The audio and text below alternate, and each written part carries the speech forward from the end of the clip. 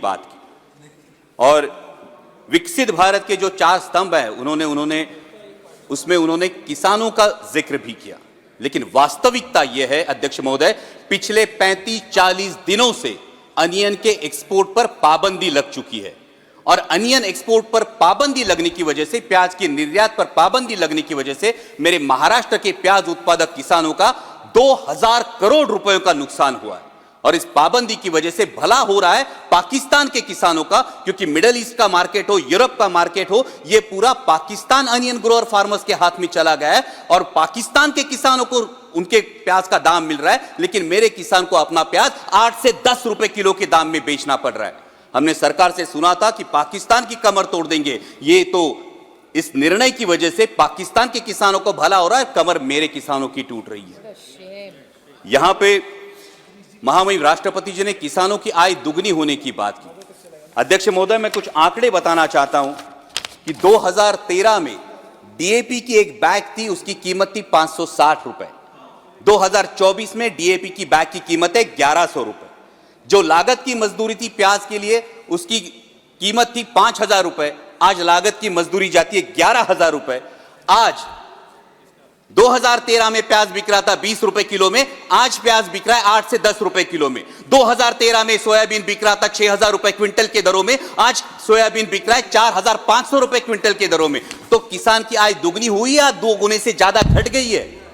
जब हम विकसित भारत का एक स्तंभ किसानों को मानते हैं, तो यह मैं कहना चाहूंगा कि जब विकसित भारत की यात्रा होती है, दिल्ली में ठंड बहुत है, किसी को बताना नहीं पड़ता, ठंड बहुत है, हम महसूस करते हैं ठंड बहुत है। तो जब विकसित भारत है तो यह बताना क्यों पड़ता है, मेरा किसान ये महसूस क्यों नहीं कर पाता कि यह विकसित भारत है, मेरी आय दुगनी हुई है? और यह मेरी दरख्वास्त है कि किसानों के बारे में गंभीरता पूर्वक ये विचार किया जाए, क्योंकि अगर उगाने वाला उगाएगा नहीं तो खाने वाला खाएगा क्या, यह सवाल बनता है। अंत में महामहिम राष्ट्रपति जी ने राम मंदिर के निर्माण की बात की और मर्यादा पुरुषोत्तम प्रभु श्री राम, हमारे राम लल्ला जो विराजमान हुए, उसके लिए मैं समूचे देश का अभिनंदन करता हूं। और उसी के बारे में कुछ पंक्तियां कहकर मैं अपनी वाणी को विराम दूंगा। अध्यक्ष महोदय, जब राम लल्ला की प्राण प्रतिष्ठा की बात आई तो किसी ने कहा बिना कलश के प्राण प्रतिष्ठा कैसे होगी? किसी ने कहा बिना कलश के प्राण प्रतिष्ठा कैसे होगी? किसी ने कहा जब चुनाव ही प्राण हो तो सोचो कौन सी प्रतिष्ठा दांव पे लगी होगी। लोग तो कुछ कहेंगे, लोगों का काम है कहना, आप जन की बात मत सुनना, सिर्फ मन की बात करना। फिर भी खुश थे हम 500 साल का सपना जो पूरा हो रहा था, हमारे अंदर का हिंदू भी पूरी तरह से जाग गया था। तो चल पड़े अयोध्या की ओर, राम लल्ला की दर्शन की आस लगाए। चल पड़े अयोध्या की ओर, राम लल्ला के दर्शन की आस लगाए।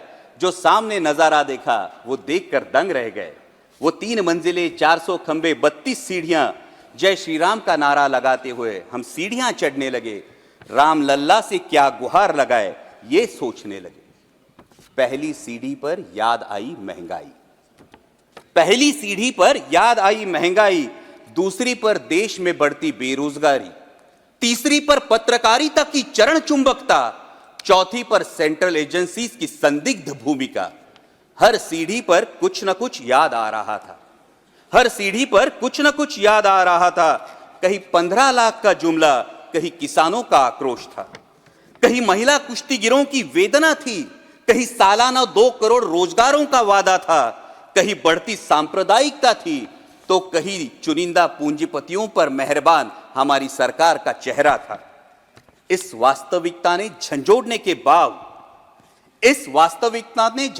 के बाद भी हम अंधभक्तों की तरह चलते गए। होश तो तब संभाला जब राम लल्ला के दर्शन हुए।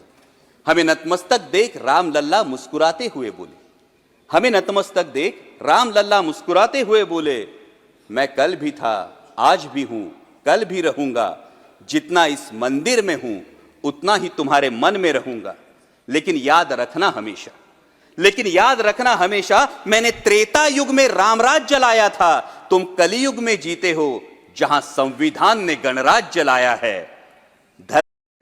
तर मित्रांनो, कसा वाटला तुम्हाला हा व्हिडिओ? जर का हा व्हिडिओ आवडला असेल तर व्हिडिओला लाईक आणि चॅनलला सबस्क्राईब नक्की करा आणि बेल आयकॉन नक्की प्रेस करा। जय महाराष्ट्र.